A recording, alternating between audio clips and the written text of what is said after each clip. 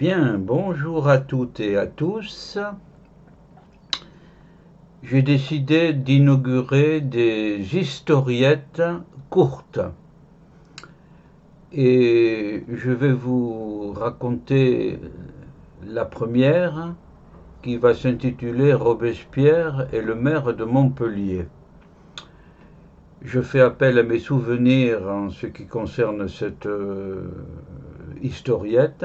Quand j'avais 24 ans, j'avais passé le concours des attachés territoriaux, concours de catégorie A, de bon niveau, et j'étais allé à Montpellier pour passer deux ou trois épreuves, dont le grand oral. Voilà. Et pour le grand oral, j'ai tiré la question dans une salle en avant de la grande salle d'interrogation.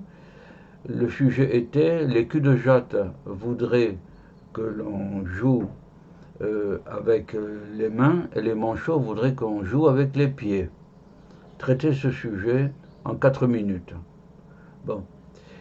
Moi j'avais préparé la politique de l'Union européenne après les accords de Bandung, des choses très, très sophistiquées. Première minute, la surprise et la panique.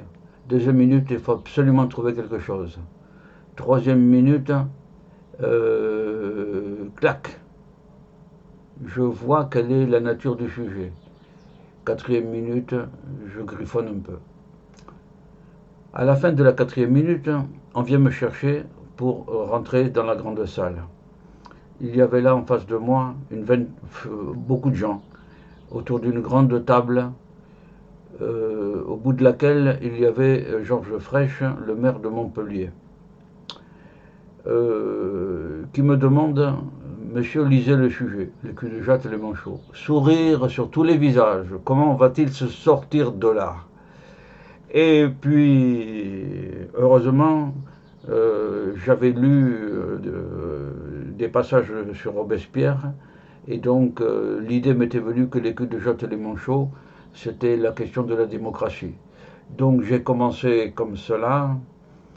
Comme disait Maximilien de Robespierre à la séance du 4 Ventose de l'an 2 de la République, je ne savais pas si c'était le 4 Ventose, mais la probabilité de tomber sur un spécialiste de Robespierre dans un jury comme celui-là était à peu près nulle. La preuve, on ne m'a pas contredit. La raison de l'homme est semblable au globe qu'il habite. Le globe, c'est la Terre.